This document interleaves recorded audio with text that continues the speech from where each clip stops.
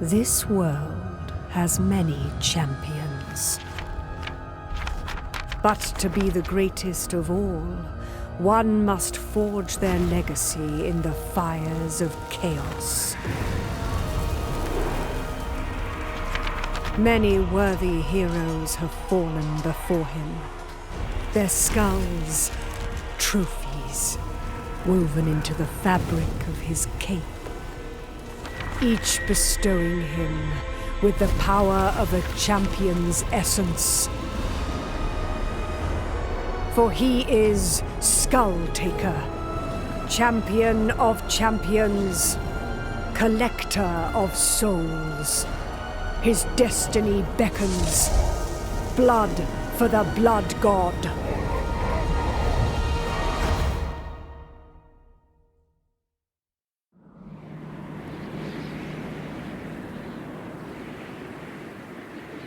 The skulls of vanquished champions adorn my vestments, and cede their strength to me. Welcome everyone, Christine here with a discussion about Skulltaker in Total War Warhammer 3, Omens of Destruction DLC. The Exalted Bloodletter of Khorne, one of the greatest duelists in the setting, who loses to a Nation Man-Eater in skirmish. But we'll ignore that for just a second, because honestly, there is certainly some RNG with regards to all of that. He can win that particular battle. There's always RNG with regards to that. But let's take a look at Skulltaker's campaign, his campaign effect, his lord effect, his items, victory conditions, and unique mechanics. So, in terms of faction effects, the Slayer of Kings. You know, it's interesting. Skulltaker may very well be the greater demon of Khorne that is, or the greater demon that is in Archaon's weapon in the end times. Just kind of worth pointing out. But anyway, you get access to Cloak of Skulls, you get hero capacity +2, and you get Demons Reforged plus 10% chance for destroyed bloodletters to be restored after battle, and a 15% upkeep for bloodletters and exalted bloodletters. You also get the Exalted Bloodletter Regiment Renown when you get him to level 2. So after your initial battle, you can recruit that. Now, it is worth mentioning that with regards to chaos in general, the situation for mortal units versus demonic units, the reason Warriors of Chaos went out versus demon units is because they have a lot more survivability. This is both in auto-resolve and in actual battle. They're better against rage units. They're better against most armies on the campaign map than bloodletters. Yes, bloodletters may do more damage, but in the kind of situations you're encountering in a campaign, you want high durability is far more important than high damage. And mind you, Warriors of Chaos and Chosen of Khorne are still freaking Chosen of Khorne and Warriors of Chaos. You may not have a great weapon variant like Nurgle, but you do get even Wrathmongers and Skull Reapers. They have better durability. And so this addition, like, oh, you can get Reforged Demons, I don't think it really matters. Because yes, you can restore them after battle, you might make it work, but why go for the hassle when you get an army that is easy to control, takes less damage? Because the problem in the campaign, fundamentally, is we're not just fighting one battle. Like, look at the situation, right? Okay. I got 2 armies, 2.5 stacks, and a garrison over here, right? Roughly 2.5. Or 1 stack here, fully ranged, and then another army here. Yeah, these armies are pathetic. I would crush them. But I don't know what's here, right? I have no idea. Like, let's take a look. Like, what's here? Is there another army? Maybe Rapunzel comes in. If you take a lot of damage in an army, as opposed to just demolishing everything, or demolishing everything with totters off, because that's another aspect, then that's just fly out the better army. And so this Reforged system, I think it's a bunch of rubbish. That's where I stand on it. It's not a specific issue to Skulltaker. There's, like, he benefits demons, to be sure, but you don't have to use that army with him. I just don't think CA's plan with that kind of worked out. For what it is worth, you do start with demons. Like, you start with the demon settlement, so you can only recruit demons. You can get free blood reapers early on in your campaign, or on turn 1 in your campaign. But you do want to switch to Mortal Settlements. If only because Mortal Settlements, like, once you got those free Blood Reapers, you kind of want to get the Exalted Hero of Khorne and the Cultist of Khorne, who gives you casualty replenishment, by the way. Just worth pointing out. It's an issue Skarbrand has, by the way. He also starts with Demonic Settlement, so that differentiation between Mortal Settlement and Demonic Settlement, the change that they brought here with 6.0, you know, it's a bit sketchy. Let's just say that. But let me know what you guys think. Now, I'll talk about the cloak in just a second. But you get, well, one of the things you can get is, like, you just need to level up the cloak, empower the skulls of the cloak, perform rituals from the Skull Throne, so the new Skull Throne over here. You'll have Unholy Manifestations, you share it out with Skarbrand. Arbol doesn't, but Arbol has a unique campaign mechanic over there with all the teleporting battles. So empower the cloak, empower the skulls in the Cloak of Skulls, do rituals in the Skull Throne, and get up to 60 settlements. For 30, you get the Chainsword, which may be better than the weapon he gets. Now, his quest battle may be the hardest quest battle of this DLC, because you're dealing with several armies of dwarves with artillery in a strong position. Also, the Empire. Let's just say Bloodletters over there would get demolished. Castors of Khorne will win that battle. Far easy. It's also the fact that Chaos Warriors, like, you could talk about Demon of Fortune, but Chaos Warriors run away and generally survive. Bloodletters, you may have a chance of restoring them. What do you think is better? Yeah, let me know. But his weapon gives him melee attack, the Slayer Sword, melee attack, weapon strength, skull gain from kills, and the Slayer Sword. Or you can use the freaking Chain Sword once you do get it. I've literally put it on a hero. Which, yeah, gives you the Chain Sword ability, Unbreakable. That's pretty damn useful for a demon, I might add. Because it means he won't disintegrate. Yeah, also, geez, the armor. I have a lot of shit. This army has been demolishing everything. Like, it is a bad habit of mine. I forget to always upgrade the items because it's like, I start building armies very quickly in a campaign that obliterate everything, so I kind of don't need the items. But it would help, don't get me wrong. But you have the Chainsword. In terms of Lord effects, you get a campaign movement range, campaign line of sight, 100% frenzy for Bloodletters and Exalted Bloodletters. Bloody Onslaught, so you can reduce melee defense and armor for enemy units. He also has this in Skirmish, pretty powerful ability. Special skill line, you get 10% casualty replenishment for the Lord, not his army, him. So you can take a lot of damage with him. 10% HP. Though remember, he's a demon. He will disintegrate. 10% HP. 50% effect duration for Bloody Onslaught. 10% campaign movement replenishment after winning a battle. Any battle. Vigor loss reduction, minus 3%. Speed 15%. Wrath of Khorne ability, if affects enemies in range max 1 if they're casting. Causes terror, reduces enemy leadership by 5. When winning a battle, the local province is marked by Khorne for next 1 turn, increasing corruption and slowing enemy armies. Pretty useful there. So Legacy of Blood. Blood Hosts get 2 extra units on creation. The way Blood Hosts work, it's kind of worth pointing out this. You can still get a lot of units in Blood Hosts, but not inherently so. So the way Blood Hosts work, the amount of units is either based on Lord skills or on research over here. I mean, the army size you have is important, don't get me wrong in that, but, you know, if you really want to increase Blood Host size, you do need that kind of stuff.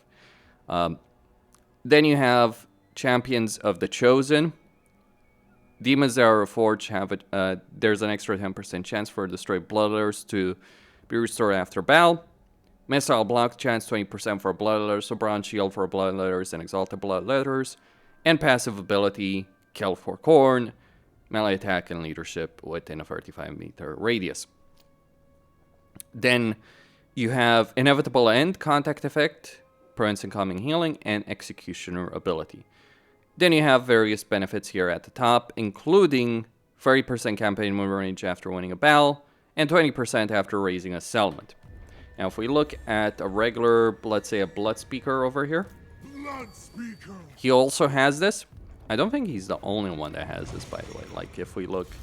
Lord of Khorne. Okay, so... yeah, he can also get this. So, all Lords of Khorne... I would be very surprised if a Herald of Khorne doesn't have it. So, all Lords of Khorne do have this ability. But basically, Skarbrand's campaign movement range has been moved to basically be a Lord effect. You can Confederate Skarbrand and get most of his power, though not all of it, if you do Confederate, because there's still some faction effects. But like his combat power is still there. In terms of mounts, you get the Blood Throne and Cool Tyrann. Basically, a Blood Crusher, I think it is, Skull Crusher. But either way, you get the big dog, right, that he rides around. Yes, that is a dog that you do have around. So those are faction effects, Lord effects, items, victory conditions. His unique mechanic is the Cloak of Skulls. I gotta point something out, though, before I get into the cloak, because this is gonna be important. Lustria, and I hope this doesn't qualify as a review, but I've said this many times in the fucking past. Lustria is unchanged. And something I've said in the past many times, Lustria fucking sucks. And one of the reasons Lustria sucks, and this has been the case for a long time, Lustria sucks because, like, these settlements, like, beyond the fact that you're slow in these settlements, beyond the geography of it all, like, just the design of it from a geographic perspective, creating a lot of these choke points, if you raise one of these choke points, and yes, this has been the case before, like, if I raise the settlement, for instance, and guess what? It's still important to raise settlements as Khorne. Then you can't just move through the settlement. No. You have to move around to the north or south over here. You can't, like, let's say I'm here, and I raise the settlement. I can't just move through the settlement I just raised to get to this, to get to the west side. No, I have to go either north or south. That's been the case. It still is the case. And yes, it is as annoying as I describe it to be.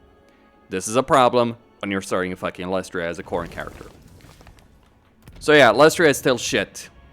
You don't have an underway as Skulltaker, and the legendary lords you're dealing with is like, ooh, Alberic, the Hunts Marshal, Jan Bo. Well, I guess the Executioner meets the Executioner, I suppose.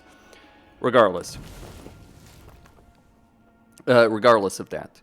So here is what you get to this unique faction mechanic. The Cloak of Skulls. So you start from the bottom and you work your way to the top.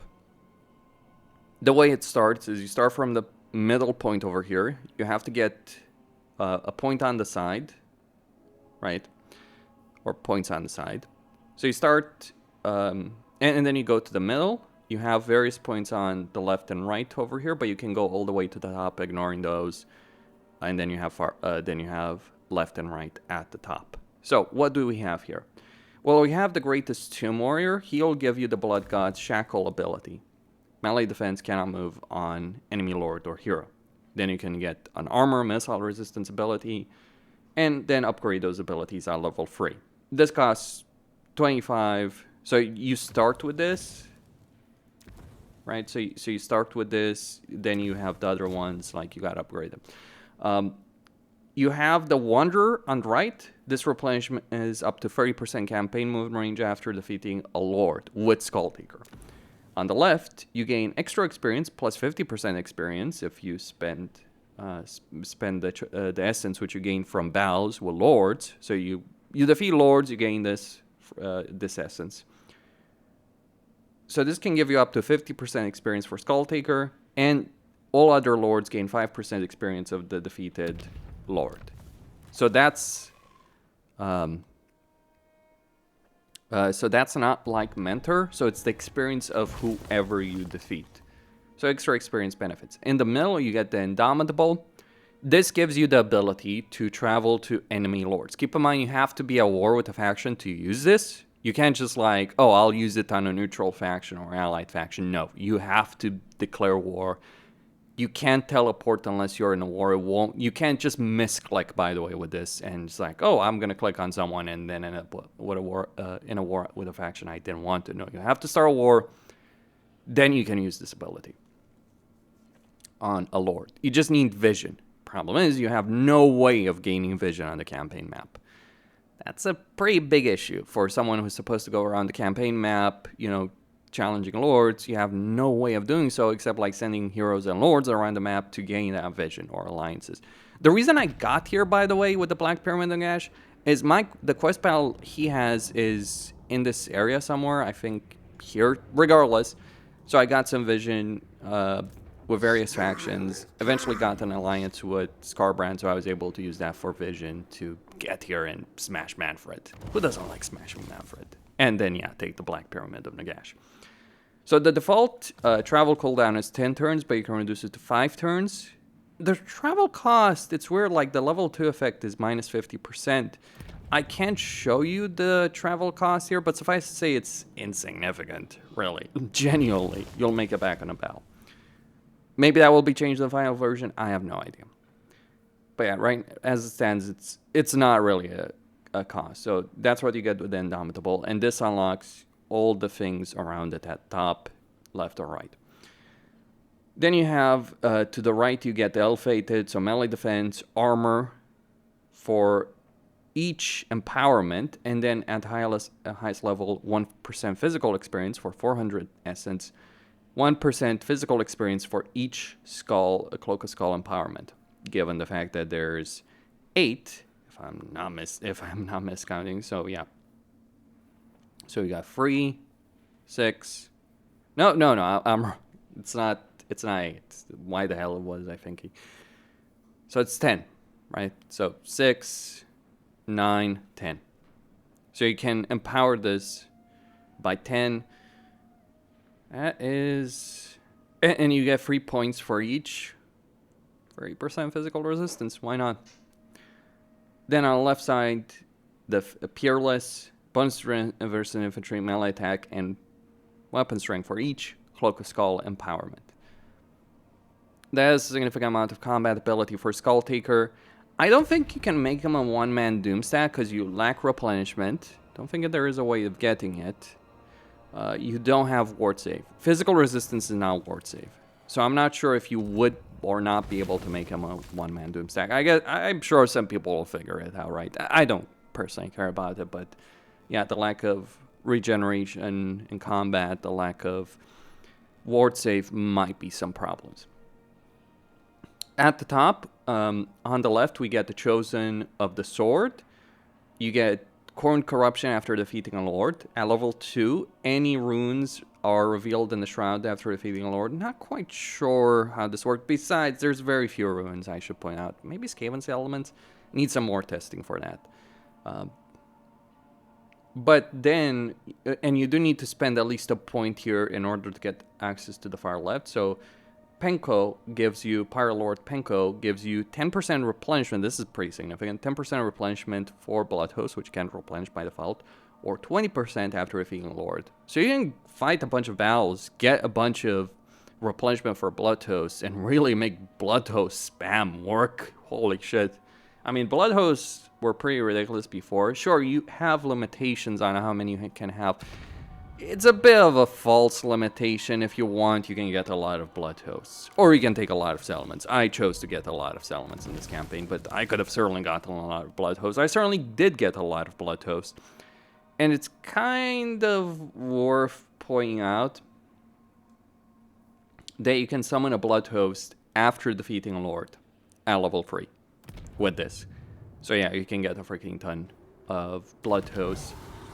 If you want, you can replenish our movement range over here if you so want to with these abilities. And I think, like, if we look at, what is it, research? Hold on. No, Blood Host attrition. Am I missing something? No, I guess it's not research. That gives you...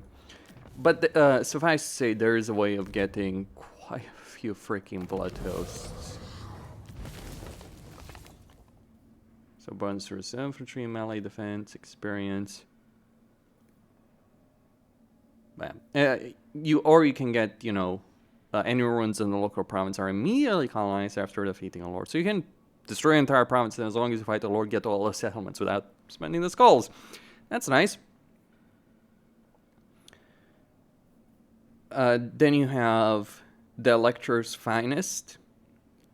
Up to 500 skulls after defeating a Lord, and any piles of skulls across the world are moved to Skulltaker's location. Khorne is giving Skulltaker skulls? What the hell is it? Is this skulls for Skulltaker? I guess it is. Then the Demon Hunter plus up to 50% HP restored. No, Demons Reforged plus 50% HP for destroyed demons of Khorne, restored after battle, and level 3 for 800 essence. Skulltaker's army is fully replenished after defeating Lord. That is the kind of thing we need, by the way, to make more varied armies. Because if you can have an army that restores its HP fully, I mean, it is a lot of essence, so by the time you actually get this, it's like, yeah, you've won your campaign long before that, but it is a long-term viability aspect with regards to that. But then again, cast chosen with Khorne would still probably be better. What do I know about that? Now, in terms of essence, how much do you gain? It can be a pathetic amount, like 8. It can be, I think it depends. Like, if we look at the essence, it depends on, so you have a base amount. Let's take a look at some things higher.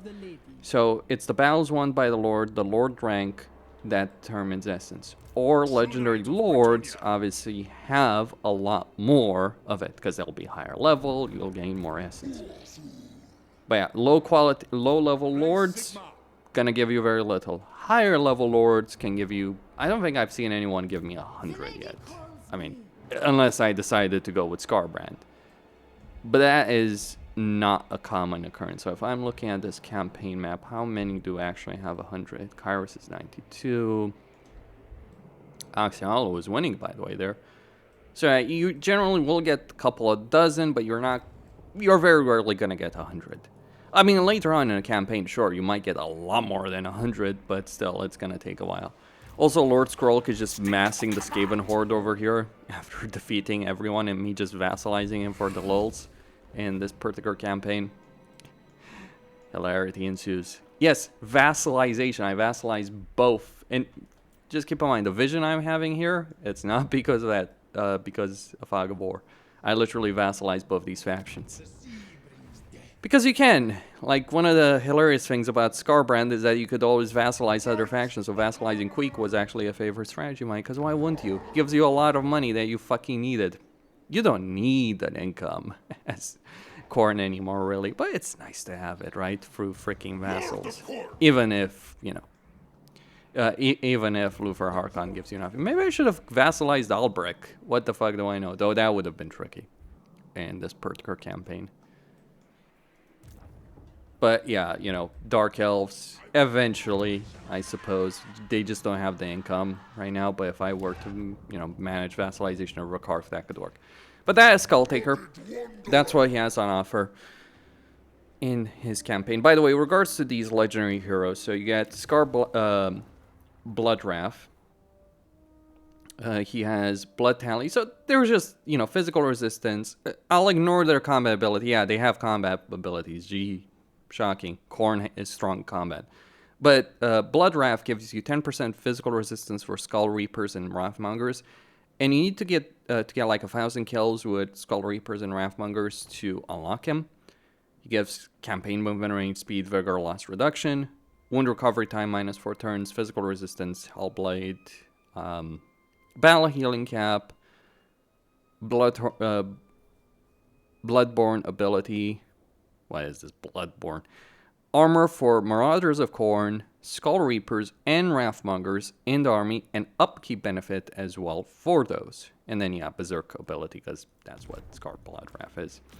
And then for Skilla, the monkey cast spawn, you get some various combat benefits. Let's take a look at the Lord effect. For him, it's annoying because you need to kill a certain amount of enemies. That's easy, but before that, you need to raid for like 800 value, which, yeah, it's annoying. But you get the minus 25% upkeep for Minotaurs of Khorne, Spawn of Khorne, and Blood Beasts of Khorne. Blood Beasts, I don't know. I don't care, I guess. But hey, it's nice to be able to use Minotaurs. It's worth pointing out that Khorne units are a lot more easily accessible nowadays than they were before. I mean, partly was because of Scarbrand's campaign design, but partly was like the tiers that you were required to get. So on the good side of things, for instance, you can get chosen Skull Reapers tier free. And outside of, like, you can get access to a lot of... You no longer get growth through bloodletting, but you do get access to the vast majority of units at tier 4. So you're gonna miss... So it's gonna take a while to get Slaughter Brute. And keep in mind, this is fucking Lustria. Everything is slower in Lustria. But if you play your cards right with growth and all that, you can certainly get to a pretty decent level relatively quickly in a campaign. Get chosen, Wrathmongers, Cast Knights. I think it's easiest with Orbital, not necessarily Skulltaker. Just kind of worth pointing, making that particular point. But back to Skella. So we get enemy leadership, glorious charge for Minotaurs of Khorne, Spawn of Khorne, and Blood Beasts of Khorne. Charge bonus as well, and attacks caused disorganized. That is Skella, and he gets the Brass Collar of Khorne. Spell resistance, missile resistance, Brass Collar ability, so damage resistance, spell resistance, and armor. And then Scar Blood Wrath, he gets missile block chance 35%. That's pretty damn nice. Because he is actually vulnerable against missiles, though he does have a decent amount of inherent armor. He's basically what, the Wrathmonger, Legendary Lord. And that would be about it for the glorious Skulltaker. He's pretty damn strong in combat. I don't think I'm sold on his starting position, especially because of the inherent issues that Lustria does have. Quasine signing out.